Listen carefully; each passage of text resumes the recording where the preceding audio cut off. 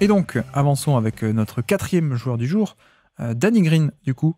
Notre bon vieux Danny Green, 10 saisons sur la décennie, 9 points de moyenne sur cette décennie en tout, 26 minutes de jeu en tout, c'est pas beaucoup non plus hein, sur l'ensemble de la décennie. 17 300 minutes par contre au total, au cumulé, c'est 69e, donc plutôt pas mal, hein, 69e. 668 matchs même carrément, c'est 33e, donc pas mal au niveau de Danny Green, hein, qui a traversé toute la décennie. Au niveau du palmarès et du CV, bah mine de rien, 3 titres, hein. 3 titres NBA, 2014, 2019 et 2020. Il n'y a pas beaucoup de joueurs qui ont 3 titres sur cette décennie. Avec 3 équipes différentes. En plus, avec 3 équipes différentes, ça c'est sûr qu'il n'y en a aucun à part lui. Mais même 3 titres en tout sur la décennie, je crois qu'il y a qui doit y avoir du LeBron James.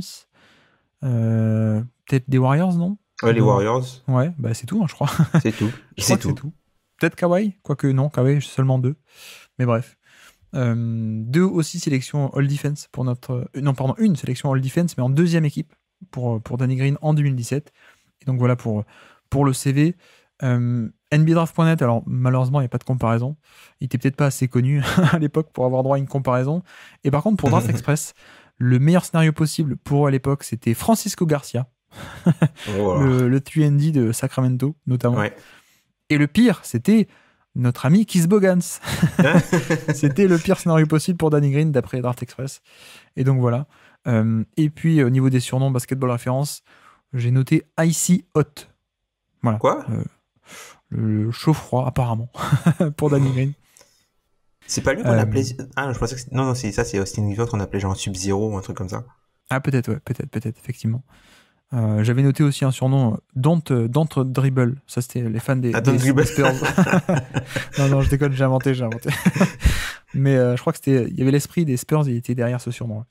Bref, donc son parcours rapidement. 23 ans au début de notre décennie, puisque rappelons-le, 46e pick de la draft 2009, du côté de Cleveland. Donc en fait, il fait une année 2010 à Cleveland, le Cleveland de LeBron et de Shaquille O'Neal, d'ailleurs. Tu sais, d'ailleurs, c'est comme il a joué avec Shaq, c'est lui qui a permis de poursuivre la série de finales consécutives avec un coéquipier de Shaq, tu sais. Incroyable. Ben voilà. Ouais. C'est grâce à cette année 2010. Lakers, ouais. Oui, tout à fait. Lakers, et puis même Toronto, je crois que c'est grâce à lui en Toronto en 2019. Ah oui. Mais bref. Donc 2010, il est à peine à Cleveland. Il fait à peine 20 matchs dans le Cleveland de LeBron James. C'est hors décennie, mais je dis parce qu'il n'est pas du tout installé en NBA. Il est même coupé en octobre 2010, donc au début de notre décennie, pour le coup, récupéré par les Spurs le 17 novembre 2010, mais coupé 3 jours plus tard, ou quelques jours plus tard, le 23 novembre.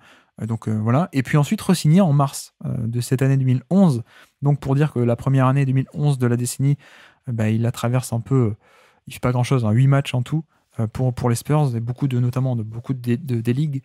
Et puis donc sa première vraie année, c'est 2012, 23 minutes de jeu par match, il est dans la rotation. En playoff, c'est l'année où ils vont jusqu'en finale de conférence contre OKC, les finales 2012, finale de conférence où ils mènent 2-0 et puis ensuite ils perdent 4-2 contre les jeunes de OKC.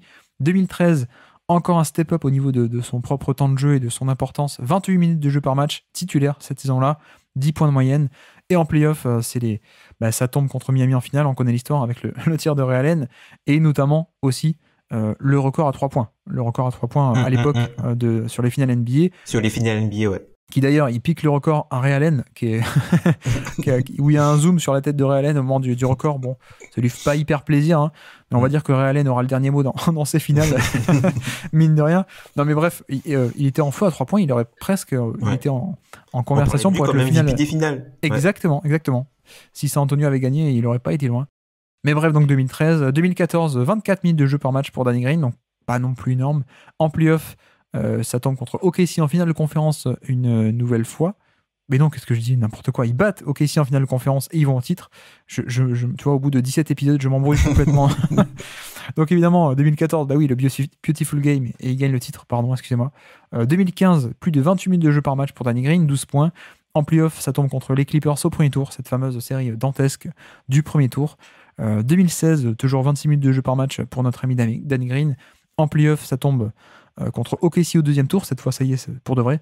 Tu sais, la fameuse série où Dion Waiters pousse Manu Ginobili sur une remise en jeu. Ça te dit quelque chose ou pas là? Cette fin de match un peu bizarre. C'est n'importe quoi. C'était un fantastique Spurs, équipe des Spurs qui a été battue par un peu upset par le Thunder. Ouais. Ils gagnent le premier match d'ailleurs. Ils gagnent le premier match les Spurs de beaucoup. Ils les écrasent. Et après ils se font exterminer sur le reste de la série. Tout à fait, ouais, tout à fait. 2017, du coup, 26 minutes de jeu par match pour Danny Green, hein, toujours titulaire. Et en playoff, ça va jusqu'en finale de conférence contre les Warriors, la fameuse année de la cheville, Zaza Pachulia et toute cette histoire-là. 2018, pas de Kawhi, mais quand même 25 minutes de jeu par match pour notre ami Danny Green. En playoff, ça tombe contre les Warriors au premier tour. Bon, bah, cette fois, il y avait rien à faire. Et puis ensuite, l'échange Kawhi Leonard contre DeMar DeRozan. Et lui, il fait aussi partie du lot. Et donc, il va à Toronto. On l'oublie, mais oui. Et c'est vraiment un coup de maître, hein, de la part de Toronto, non seulement d'avoir Kawhi, mais en plus Danny Green, un role-player de luxe ultime. Et donc 2019, titulaire à Toronto, 28 minutes de jeu par match toujours, et puis ça va jusqu'au titre, là encore, une nouvelle fois. Et puis ensuite, Free Agency, quand Kawhi s'en va, lui aussi il s'en va, il va du côté des Lakers. Et là, qu'est-ce qui se passe en 2020 ? Le titre, encore une fois, pour notre ami Danny Green. 25 minutes de jeu par match sur la saison, mais le titre jusqu'au bout, et notamment dans la bulle, bien sûr. Donc voilà pour son parcours bien rempli, hein. Finalement il passe de coupé par son équipe en tout début de décennie il finit à trois fois champion NBA avec à chaque fois un rôle important, mais bref, donc c'est vrai qu'il n'est pas arrivé tout de suite au top niveau sur cette décennie, mais à la fin c'est devenu quand même quelqu'un qui était vraiment un role player que n'importe quelle équipe d'élite voulait dans son effectif. Ouais. Pour moi, Danny Green, c'est le 3&D de la décennie. Si tu devais garder un 3&D, pour moi, ce serait lui, en vrai, dans toute la décennie. Partout où il est passé, encore une fois, partout où il est passé, ça a gagné. C'est quelqu'un à chaque fois qu'on recherchait dans les bonnes équipes, c'est quelqu'un qui a eu un cut à son nom, le fameux Danny Green cut, où tu pars d'une ligne à 3 points pour aller à l'autre ligne à 3 points. Ouais. Qui était une menace du coup sans ballon, mais qui faisait énormément de dommages et qui pouvait ouvrir des pick and roll centraux. Donc je trouve que moi c'est un joueur qui a vraiment marqué la décennie, en tout cas au niveau des role players, et c'est l'un des role players à retenir de la décennie, à n'en pas douter. Oui, c'est clairement 3&D de luxe, presque, j'ai envie de dire, avec très très bon dans les deux domaines en fait. Voilà. À la fois le 3 et le D, ce qui n'est pas toujours le cas de tout le monde. Mais c'est vrai qu'il a été bon dans les deux niveaux, donc le 3 points et le côté défense. Le 3 points, 40% d'efficacité sur plus de 5 tentatives par match sur cette décennie, donc entre 2012 et 2020, sur les années où il joue.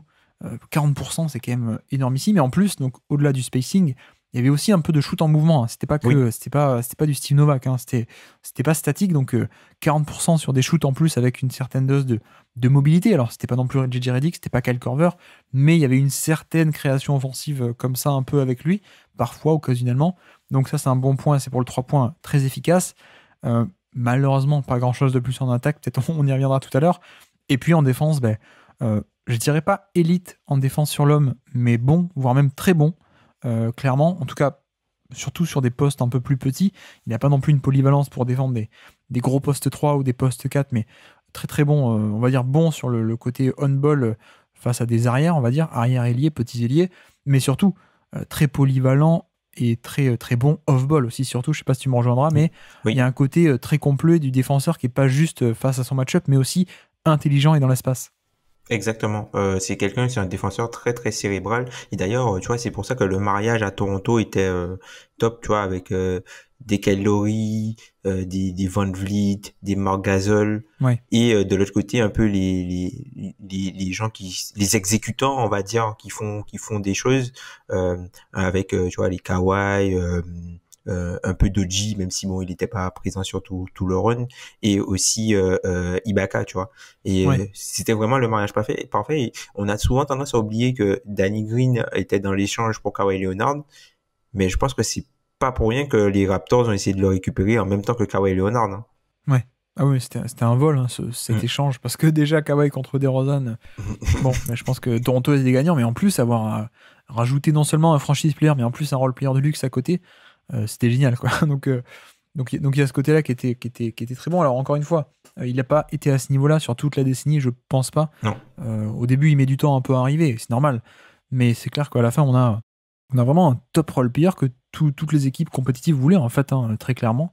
Avec donc au niveau de la défense aussi, au niveau de l'évolution du jeu, on va dire que il y a eu plus de spacing de plus en plus, et donc avec plus de spacing, le jeu sans ballon est devenu de plus en plus important, et donc c'est là aussi que lui, il a pu briller de plus en plus également, quoi, parce que juste dans le match-up individuel, encore une fois, il était bon, mais il n'était pas non plus élite, de bonne qualité athlétique, mais pas non plus extrêmement grand ou Non, extrêmement long comme un Tony ni Allen, par puissant exemple. non plus, ouais.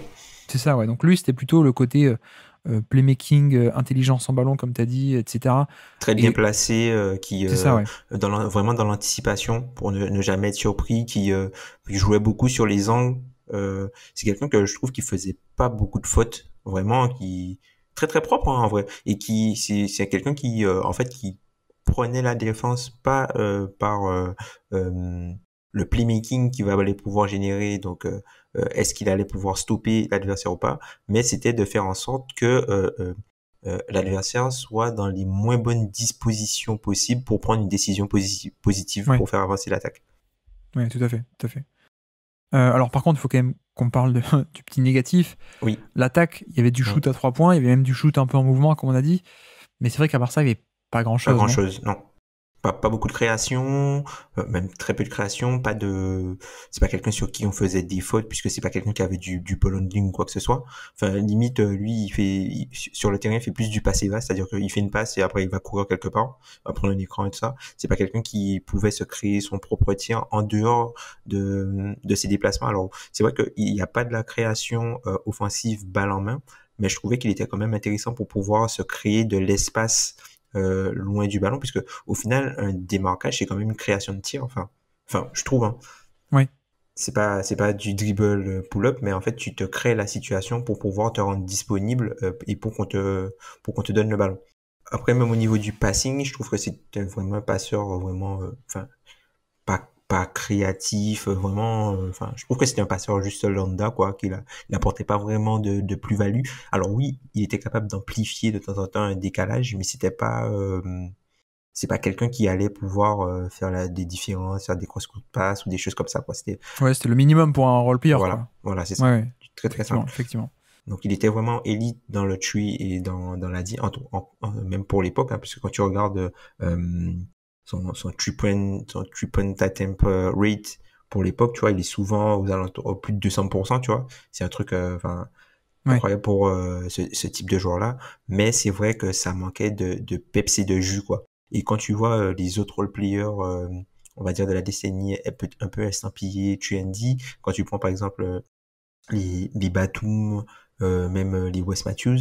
Alors oui, ces gars-là, ils étaient peut-être moins bons sur le rôle de trendy, mais eux, à un moment donné, ils ont eu à avoir plus de responsabilités et ils ont pu assumer ces responsabilités. Là où Danny Green a toujours eu en fait des usages plutôt faibles et limite neutres, quoi. oui, mais c'est pour ça que quand tu as commencé en disant que c'était le 3D de la décennie, je suis à la fois d'accord et pas d'accord. En tout cas, je vois ce que tu veux dire, mais ça dépend de qui on range dans cette catégorie. Oui, oui, c'est vrai. Parce que pour moi, il y a clairement, comme tu dis, une séparation avec ce que Danny Green pouvait faire, qui était vraiment le role player, vraiment complètement, quoi. Vraiment le role player et pas plus, quoi. Oui, Et de l'autre côté, ben, même quelqu'un comme Wesley Matthews, qui avait beaucoup plus de création, beaucoup plus de scoring. Alors, pas de la création de fou, hein, mais qui pouvait faire des post-up, qui pouvait faire un peu plus de drive à oui. l'époque avant sa blessure, ou ce genre de choses, quoi. Batum, évidemment, pareil. Batum, du porteur de Le balle playmaking, secondaire ou tertiaire, le playmaking, etc. offensif et Parfois. défensif, ouais. Oui, tout à fait, ouais, tout à fait. Mais donc, il y a ce côté où ce genre de profil, finalement, avait quand même beaucoup plus de bagages que Danny Green, qui était vraiment, encore une fois, juste le mec qui fait son rôle et pas plus, quoi. Le role player, le très très sobre, quoi. Donc, pour moi, c'est pour ça que ça dépend, est-ce que du coup, ces mecs-là, on les met en 3D ou est-ce que c'est des 3D plus eux Plus, et ouais. que le vrai 3D, c'est Danny Green, quoi, du coup. Mais tu vois, ça se ressent aussi dans le sens où, bah, déjà, le minutage est plus faible du côté de Danny Green. Il a jamais eu non plus un minutage énormissime. Je pense que c'est un peu lié à ça, hein, pour le coup, parce que lui, c'est vraiment encore une fois, le role player, quoi. C'est pas le vrai bon titulaire comme a pu être Wesley Matthews, je trouve, à un moment donné, par exemple, ou Batum, ou etc. Et de l'autre côté aussi, bah oui, il a 40% à 3 points, ce qui est génial, mais malgré ça, malgré cette efficacité, l'efficacité globale, elle est pas très bonne, quoi. Parfois même, elle est en dessous de la moyenne, parce qu'en fait, il y avait littéralement rien d'autre, quoi. Il n'y a pas de lancer, voilà, il n'y a pas de lancer, il n'y a Pas de drive. pas de drive à deux Ouais, points, c'était compliqué, enfin, à l'intérieur de la raquette pour lui, pour finir. C'est Donc, ça, oui. effectivement, il n'avait pas cette menace. Un peu le théorème Devante Graham. Alors là, je pensais pas qu'on le citerait sur la centaine. Non, mais tu vois, même, il avait pas les bagages, mais presque, il les utilisait un peu trop. Alors, je sais pas si c'est bien Oui. de le formuler comme ça, mais tu vois, un mec comme Kyle Korver, il avait pas beaucoup plus de drive ou de lancer franc, mais des efficacités qui sont fabuleuses, quoi, parce que il faisait que du 3 points, il le faisait très bien, quoi. Et beaucoup plus de mouvements aussi. Oui, oui, ça, et beaucoup plus fort dans son rôle-là, où Dan Green, c'était pas à ce niveau-là non plus de shoot, quoi, donc il y a ça à prendre en compte. Euh, Au niveau du minutage de playoff, 3700 minutes de playoff sur cette décennie. C'est le 12e total de la décennie. C'est plutôt pas mal. C'est plutôt pas mal Clairement. pour quelqu'un qui est passé partout, qui a fait tout le temps les playoffs et qui est souvent allé au titre, hein, du coup. Mais donc voilà pour Danny Green. Et donc, au niveau du classement, où est-ce qu'on se projette? Ben, moi, je l'avais juste entre dans la zone, tu vois, Wes Matthews, Nico Batum. Je Ouais. l'avais, au niveau de Gordon Hayward, un petit peu plus bas que Gordon Hayward. Du coup, que je retrouve. T'es assez haut par rapport à moi. Oui, c'est vrai que non, c'est vrai que Danny Green, moi, je suis pas hyper objectif par rapport à Danny Green. Je trouve que c'est vraiment un super joueur, même si c'est vrai que le manque de jus est préjudiciable, mais dans le rôle de 3&D pur et dur, moi, je trouve que c'est vraiment quelqu'un qui a, pour moi, marqué la décennie. Du coup, toi, tu parlais de Gordon Hayward 33, Bradley Beal, bah, à la limite, ouais, voilà. Wesley Matthews 35, Nico Batum 36. Ça me fait un peu haut. Ça me fait un peu haut. Ok. Moi, j'étais plutôt. Alors, peut-être je suis bas aussi, hein. J'étais plutôt zone JJ Redick, du coup, 55. Ah ouais. Ouais, alors peut-être que j'ai un peu sous-estimé le total, je ne sais pas. Mais il y a un côté où, je te dis, les temps de jeu sont pas de fou. Ok. Et du coup, ce qui fait que, bon, allez, c'est vrai qu'on a quoi, 7-8 saisons, on va dire, de très bonnes saisons. 7 saisons où il est titulaire en tout cas, mais c'est pas non plus des temps de jeu de fou. Est-ce que tu préfères 7 saisons de Danny Green qui est à 27 minutes de jeu par match en tant que role-player ou, je sais pas, je prends quelqu'un au milieu, ou 5 saisons de Paul Pierce, dont 3-4 qui sont de très très haut niveau au début, quoi. Euh, je sais pas. Je sais pas. Hum. Ouais, je vois ce que tu veux dire. Mais tu vois, moi, j'ai du mal à le voir en dessous d'Eric Gordon, tu vois. Ah ouais? Ouais, Parce j'aurais que moi, dû. Eric Gordon, il est carrément dans cette catégorie de ce qu'on parlait avec Wes Matthews, de beaucoup plus de création offensive. Bon, après, tu me diras, c'est pas parce qu'il crée offensivement que c'est plus intéressant. Peut-être, peut-être. Non, mais Euh, effectivement, peut-être qu'on peut le mettre avec Eric Gordon, qui est 41e actuellement. Euh, Peut-être, peut-être. Mais tu vois, ça me dérange quand même, parce que du coup, Middleton est un peu bas, quoi. Parce que Middleton il descend, ouais, il glisse. a pas Mais mal tu de vois, saisons. ouais. Après, c'est à la valeur cumulée, tu vois, il y a quand même, même si tu vois, le minutage, au final, le minutage de playoff, il est quand même intéressant pour Danny Green. Ouais. Ouais, mais j'ai jamais un rôle de titulaire. Alors, si Oui. titulaire, et titulaire Titulaire, partout, mais, dans plein de contextes, mais oui. pas le titulaire, en tout cas, pas pour les standards du top 100 de la décennie, c'est quand même des standards très élevés, quoi. Je parle pas dans l'absolu. Mais ouais, ça me dérange quand même de le mettre devant des Joel Embiid, Joachim Noah, Chris Bosh. Je sais pas. Après, ça, en fait, comme d'habitude, la question c'est est-ce que tu préfères 3 saisons de top niveau de Joel Embiid ou 7 de très bon niveau de Danny Green dans un rôle différent. Toutes ces questions de pondération. Écoute, je veux bien trancher vers le haut. Je veux bien trancher vers toi. Mais du coup, tu l'aurais devant Deron Williams. Pour le coup, oui, à cause de la valeur cumulée. Ouais, mais tu vois, Deron Williams, on a C'est vrai dit qu'il n'y a pas tant de, oui. pas tant d'écart, hein. Jusqu'en 2016, il fait 2011-2016, 6 saisons. Même 2017, il fait à moitié. Danny Green, si t'enlèves 2011, il joue pas. 2012, bon, il est dans la rotation, mais il fait 20 minutes par match. Les vraies saisons titulaires, il y en a 7, quoi. Ouais, c'est vrai. Après, il y a le biais de récence aussi. Ouais. Et je pense que Puisqu'il finit fort la décennie, tu vois. Un peu comme Giroud, hein, au final. moi, c'était un peu ma limite, c'était Deron Williams parce que bah, la création offensive quand même de gros niveau, quoi. Alors, Hum. il peut pas s'insérer dans tous les contextes, mais je sais pas, moi, le côté création offensive de tous ces noms-là qu'on a là, dans cette zone, Joel Embiid, Kobe, alors Rajon Rondo, c'est un cas peut-être à part, mais tu vois, même Middleton, je suis pas sûr qu'il ait beaucoup moins que 6-7 saisons. On l'a fait il y a pas longtemps, mais je m'en souviens plus déjà. Mais ouais. Écoute, bah, moi j'étais quand même Ok. très bas. J'étais quand même très bas avec JJ Redick. Toi, t'étais très haut. On va le mettre avec Middleton au milieu, Ok, peut-être. au milieu. Si on le met au-dessus d'Eric Rose, est-ce que ça va gueuler? Ah, ouais. Toi, tu l'avais devant. Moi, je l'avais au-dessus. Ouais, moi, j'avais au-dessus. Allez, ok. Faisons comme ça. On a fait rentrer beaucoup de gens dans cette zone-là, au final, aujourd'hui. Oui, mais oui, c'est ce qu'on disait au début, une zone très homogène aujourd'hui, un podcast très homogène.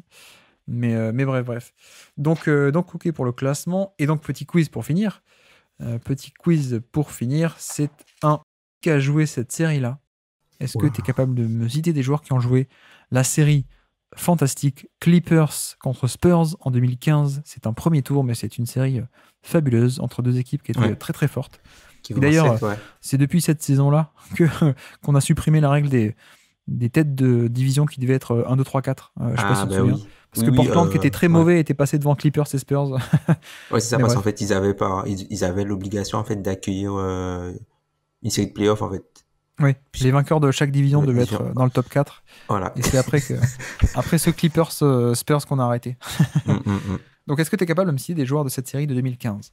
Chris Paul, Crawford, DeAndre Jordan. Bien sûr. Redick. Oui, Barnes. tout à fait. Oui, Matt Barnes, effectivement. Blake Griffin, que j'ai pas Blake Griffin, cité. ouais. Il me semble qu'il y avait Glenn Davis. Exactement. Big Baby Davis est là. Il y avait peut-être aussi Caron Butler. Non, il n'y était plus. Ah, il était plus là. Paul Pierce alors? Non, Paul Pierce, c'était à Washington, Playoff 2015. Ah oui, c'est vrai, oui. Il called game.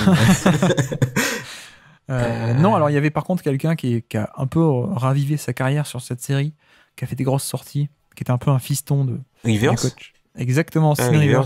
Austin Rivers, ouais. Qui fait quelques pointes sur cette série.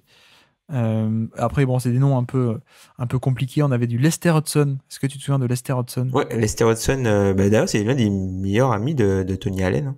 Ah oui? Ouais. Je crois que c'est le seul homme qui a fait un quadruple double en NCAA, encore aujourd'hui. Incroyable. Je ne sais plus. On avait un pivot shooter des Sixers un peu à l'ancienne qui bougeait pas beaucoup. Mike Muscala? Non, le Mike Muscala d'avant. Ah. De l'époque Elton Brand, Jean Holiday et tout ça. Ah, Spencer Hawes. Ah oui, Spencer Hawes. On avait quelqu'un en role player 3D, Dante Jones. Bon, Dante Jones, ok. Ouais, il était à Denver aussi, Dante Jones. C'est les mecs, la Keith Bogans. Oui, tout à fait. On avait une ancienne star de NBA, un peu point forward turc, à Orlando. Ah, Turkoglu. Exactement, Turkoglu était là. Et on avait, alors là, j'étais étonné, je m'en souvenais pas du tout, un ancien très haut choix de draft de Golden State en 2010, si je dis pas de bêtises, un intérieur défensif. Un intérieur défensif. Udo. Exactement, Akpe Udo. Il a fait quelques minutes dans cet effectif avant de partir en Europe, je pense. Donc voilà pour le côté Clippers. Et du coup, du côté des Spurs de Danny Green. Danny Green, ouais. Tony Parker. C'est quoi, c'est 2015? Oui. 2015, c'est la draft de Kyle Anderson. Oui, Kyle Anderson est là en drafté 2014, mais il y est, ouais. Ouais, c'est le draft 2014, c'est ça c'est en 2014 ou 2015. Attends, comme je dis une bêtise, il est dans l'effectif, mais il a pas joué dans cette série apparemment. Ah, ok. Il était peut-être blessé. Il y a Ginobili. Exactement. Duncan. Oui. Dio. Oui. Boris Dio, Parker, j'ai déjà dit. Oui, Parker, tu l'as déjà dit. On a des shooters. Des shooters, à l'époque, il y avait qui comme shooter dans cet effectif-là? Ah, Patty Mills. Exactement, Patty Mills, c'est un autre shooter qui d'ailleurs a un peu rongé sur le temps de jeu de Danny Green cette année-là. Gary Neal? Non, Gary Neal était déjà parti. Non, c'était un shooter italien. Ah, la gâchette, Bellinelli. Exactement, Bellinelli était dans cet effectif. Un pivot d'ailleurs, pivot brésilien, très, très polyvalent. Ah, oui. Splitter. Exactement, Thiago Splitter était là. Ouais. D'ailleurs, un autre pivot, très défensif qui ensuite fera du Détroit, du Boston, du Phoenix, et qui ensuite australien qui a eu un peu une maladie au cœur. Ah oui, il s'est fait dunker dessus par Ja. Et qui d'ailleurs s'est fait dunker dessus 2 fois très violemment dans le même match de cette série-là par Blake Griffin. 2 posters monumentaux. Aaron Baines. Exactement, Aaron Baines. un pivot défensif sous-estimé. Ah tiens, d'ailleurs, on avait un autre shooter, le Red Mamba. Ah oui, comment il s'appelle Très dur à trouver. Très très dur à trouver. Non, c'est un jeu de mots pathétique.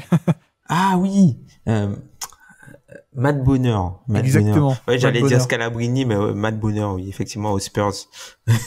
Bonheur très dur. Bref. Ouais, très dur à trouver le bonheur, effectivement. Bien joué. Et un meneur C'est backup validé. aussi, meneur backup des Spurs, qui ensuite il fera du Toronto, du Sacramento. C'est le père de Jésus.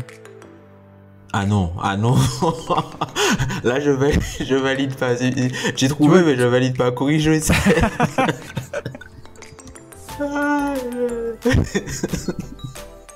Effectivement, Corey Joseph. Et donc voilà, tu as à peu près tout le monde. Oui, toi, tout le monde en fait. Jeff Ayers, je t'épargne, Jeff Ayers. Mais en même temps, tu le mérites bien. Et donc voilà pour cette série fabuleuse entre les Spurs et les Clippers.